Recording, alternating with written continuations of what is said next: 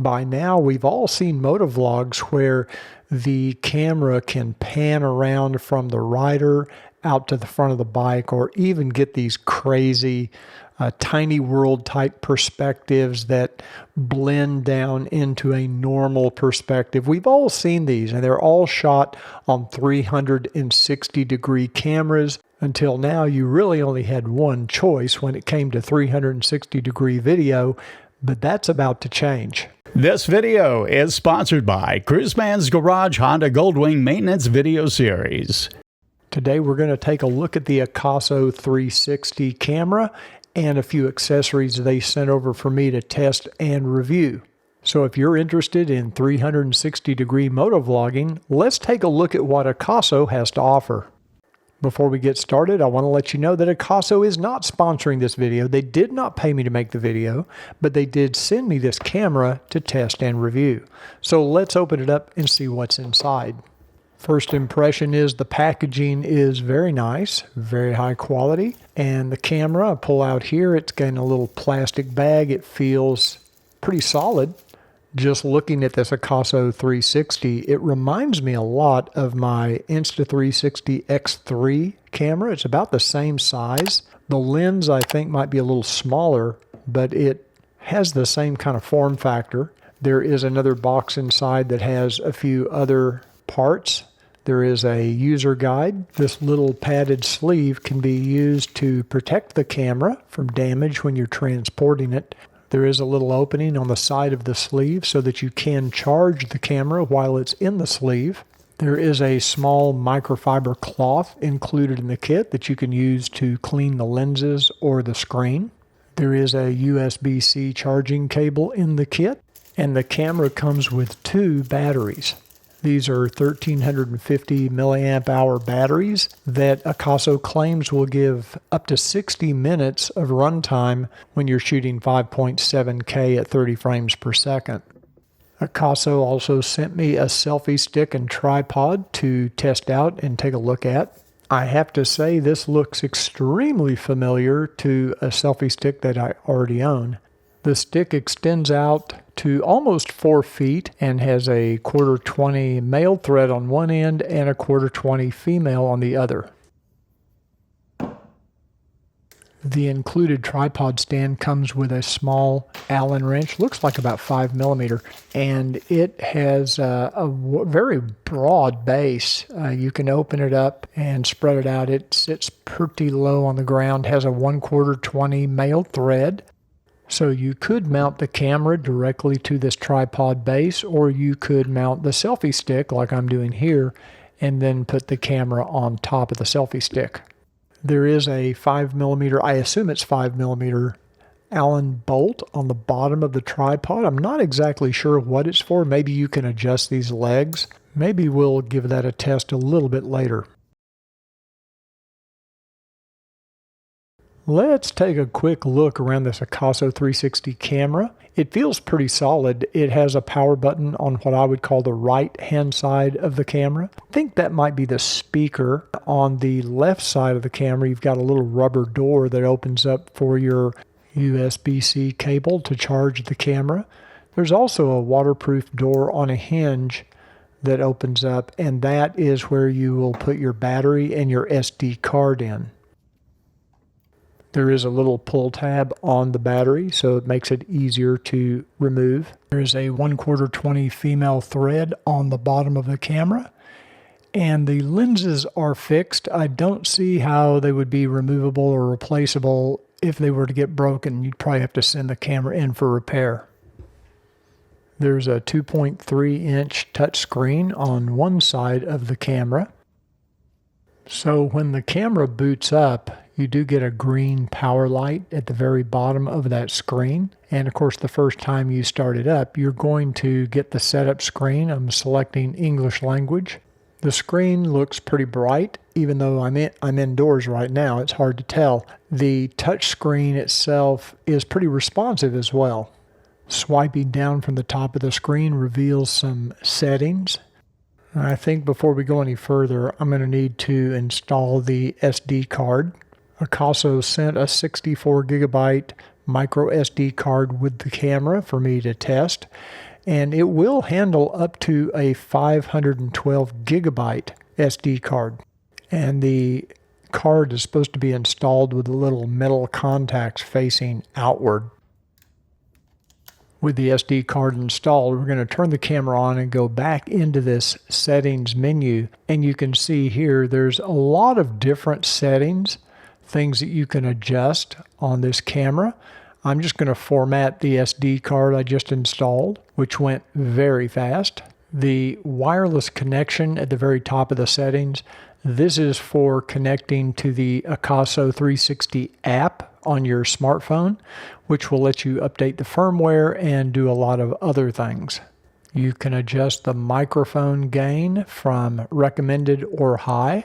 One setting I want to make sure to turn on is quick capture, because I use that quite a bit.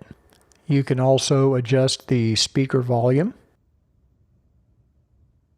You can lock the camera orientation, turn that on or off, and you can lock the screen. And of course, you can also adjust the screen brightness. You can also turn on or off the flashing record indicator light. Underneath the screen is one large button that when you press, that will stop or start recording. When the camera is recording, that green light turns into a blue flashing light. If you have quick capture turned on, as I do, you don't even have to have the camera turned on. You just press that button and the camera will begin recording. Swiping to the right will let you see your recorded clips. And using your finger, you can rotate around 360 degrees on your recorded clips to see various angles. So here I'm going to turn the camera off, and you can see I can just begin recording by pressing that quick capture button underneath the screen. It turns the camera on and begins recording. It does take a few seconds from the time you hit the button before the recording actually begins. Pressing the button a second time will stop the recording and save the file to the SD card. It will also turn the camera off to save battery life. Pressing the little camera icon on the bottom left hand of the screen allows you to change shooting modes from video to time lapse. You can choose loop recording. You can select photography, DNGB, I'll have to study that. We also have interval recording and something called time fusion. I'll have to research some of these various settings. Now, if you're in video mode and you press the button at the very bottom of the screen, this allows you to select your different frame rates and resolution. I'm going to leave at 5.7K at 30 frames per second, but you can shoot 4K up to 60 frames per second. There's also an icon on the screen that when you tap it, it will let you choose whether you want to shoot 360 using both lenses or just using one of the two 180-degree lenses. And just for comparison's sake, here is the AKASO 360 next to my Insta360 X3. You can see they're very similar in size. The Insta360 is a little bit larger and the lens is much larger, but the form factor is almost identical. Even the little rubber protective cap that I have for my X3 will fit on the AKASO. One thing I did notice about the AKASO that's different from the Insta360 is the glass on the screen seems to be very prone to attracting fingerprints. The Insta360 screen is not as fingerprint prone as the AKASO. So let's take a look at some of the 360 video I was able to shoot on this AKASO 360 camera. Now here I've got the camera mounted on my Honda Goldwing. You can see the perspective facing back at me. I can zoom out here a little bit, see a little more of the image, and I'm pretty impressed with how steady the video is. It's doing a very good job with the anti-shake. Here we're going to pan around and get a little view out of the front of the bike. And once again, you'll notice there's very little vibration or shake in the video. It's doing a pretty impressive job of that. Now the colors are not as vivid out of the camera as I would like. I'd probably like a little bit more saturation, maybe a little bit more contrast, but I could adjust that in either the AKASO 360 Studio or in Final Cut Pro. I just chose to show you the video as it comes right out of the camera. I'm also pretty happy with the focus of the lens. You'll notice you can read the Olympia logo and the HJC. Focus, I think, is pretty good on this camera. And again, I'm pretty impressed with the anti-shake ability. Now, one thing does become obvious when you use this camera, and that is the more light you have, the better it works. This is a great outdoor camera. If you plan on shooting 360 video indoors or in low light conditions, you might want to look elsewhere. That said, when I'm motovlogging, I'm generally doing it in broad daylight where I have plenty of light. Now let's take a look at how the camera performed on a recent cruise in Greenland. Now this video clip was actually edited using the AKASO 360 Studio app. Here I'm standing on a balcony of a cruise ship. You can see I can rotate all the way around and get different views. Got some nice views of the icebergs there. Now it's a cloudy day. It's not super sunny, but there's enough light. You are getting a little bit of noise with the video, but I think it's acceptable for a 360-degree camera. You'll notice a little wobbling on the left edge, and that's because I was moving the camera as I was shooting. If you held the camera steady, that would obviously not happen. In this clip here, you can see I am using the invisible selfie stick. It's not totally invisible, but pretty good. Now, where this AKASO 360 camera is going to let you down is in low light conditions like here. It's basically nighttime, only the lights coming from my house. You can see the amount of noise coming out of the camera. It's pretty bad. So this is a limitation of the sensor on this camera, and it just is not designed for dark conditions or low light conditions. But like I said earlier, 90% of the time, 95% of the time, I'm shooting in broad daylight.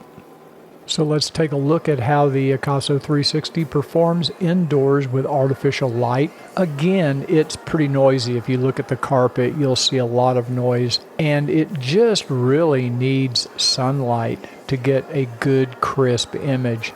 Even a shot of me backing out of my garage, you can see the noise because we're under artificial light. As soon as I get out into the sunlight, the image just comes to life. It's a completely different scenario once you've got plenty of light. It just is much cleaner, much clearer, and that noise just kind of goes away. I'm testing this thing out. Okay. This is a test of the AKASO 360 as a vlogging camera. I'm out here in morning light, and we're going to see how it performs. I'm basically wanting to see how the audio is. I've got the mic gain set to high, so hopefully it's picking up my voice. Testing out the camera with the regular mic gain before I had it set to high. So as you can tell, you can barely hear me when I have the mic gain set to recommended. Let me do a little bit of enhancing to this in Final Cut Pro and see if I can boost these levels a little bit so you can at least hear me. Now I've got it set to regular. I'm just trying to speak in a normal voice, and I want to see if it's able to pick me up outdoors without getting too much of the surrounding noise in the neighborhood. So let me know in the comments down below what you think of this. So is this going to be a good camera for vlogging in 360? I'm going to extend this selfie stick out as far as it'll go, and we'll see how it works.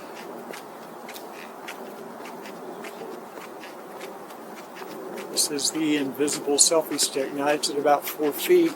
Can you still hear me is the question. So So I think the takeaway is the audio is decent, but it just doesn't have that much volume. It doesn't pick up that much volume if you're using it in the recommended setting. I would use it in the high gain setting for me. If you're going to use regular, you're definitely going to have to enhance the audio using your editing software to get enough volume. All in all, though, I think the camera is pretty decent for doing vlogging.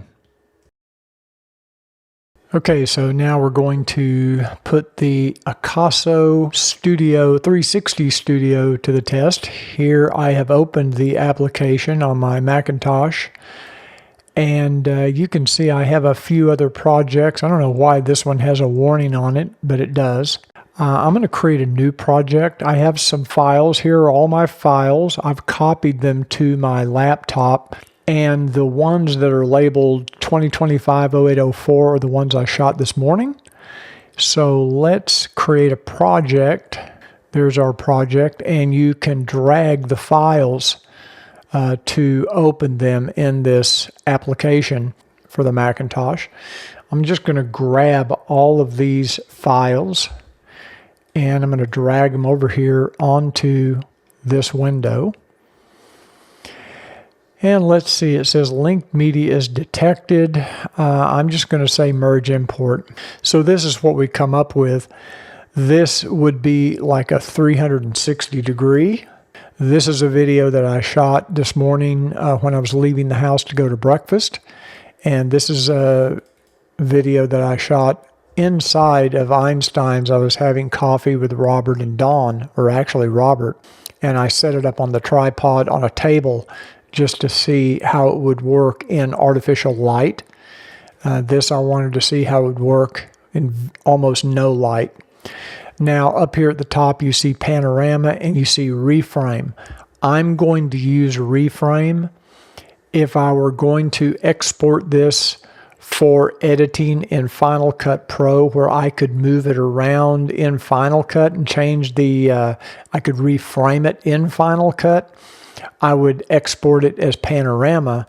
But since I'm not going to do that, I'm going to reframe it, and it's basically going to allow me to select. I can move, I can move the image around where I want it. I can zoom in or zoom out. Now, what I can do is I can play through this video, and you see as it starts playing, you can just see the amount of noise in this video. Now, that might be mitigated somewhat once we export this out. It's possible that when it renders out, it gets rid of some of that noise. We'll find out. So let me go back here to the beginning. And you can, down here, you'll notice some of these little controls. You can set a keyframe. So I'm going to set a keyframe here. You can adjust your horizon with this setting. You can basically change all of the features of the video. I'm not going to get into a training session on the AKASO 360 Studio. That's not the point. I just want to show you that you can set these keyframes. Now I can move the playhead a little further to where I start rolling. Let's say that at this point it's hard to even see. And now let's say I want to move my frame to where I'm looking off the front of the bike. I'm going to set another keyframe, and I'm going to play. The only thing I don't like about this application is hitting the space bar does not play the video. On most applications, the space bar is like hitting the little play button down here, but on this one, it does not work that way. So I'm going to play right here. I'm going to stop, and now I'm going to reframe.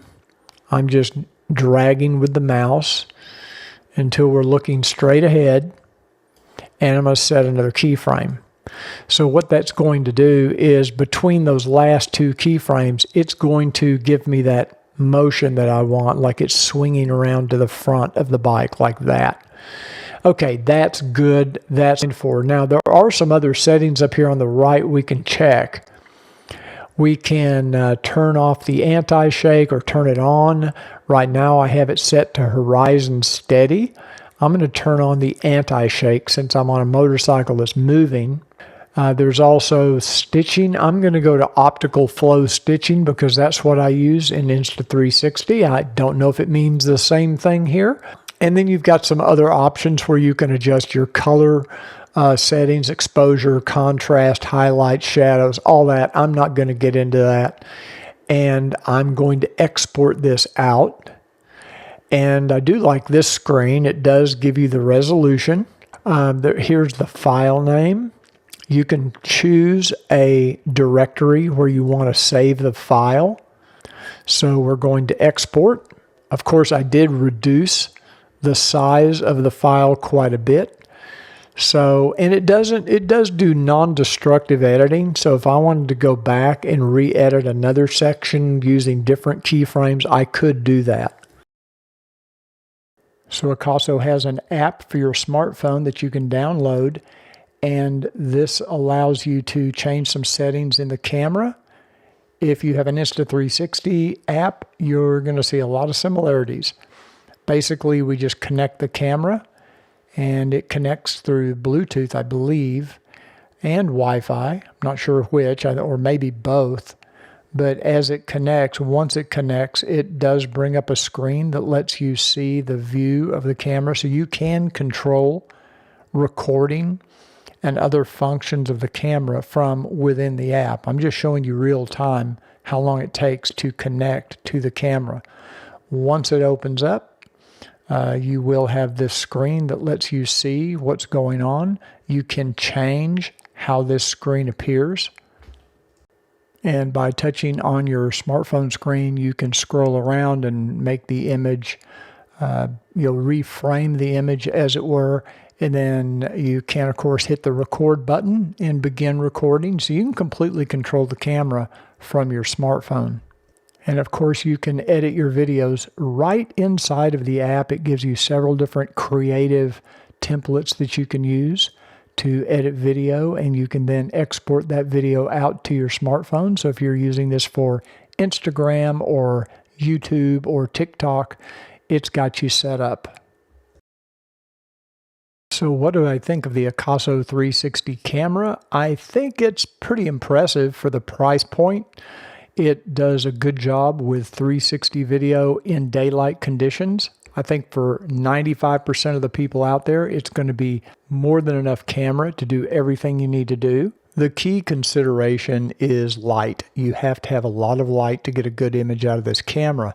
And honestly, every 360 camera suffers from this, except for your most expensive ones.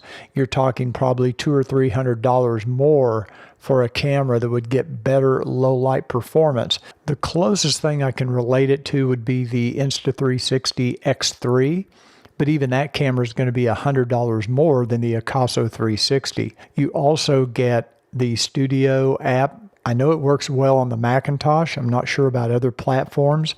And you get the iPhone app. I use an iPhone. I'm sure they make it for the Android as well.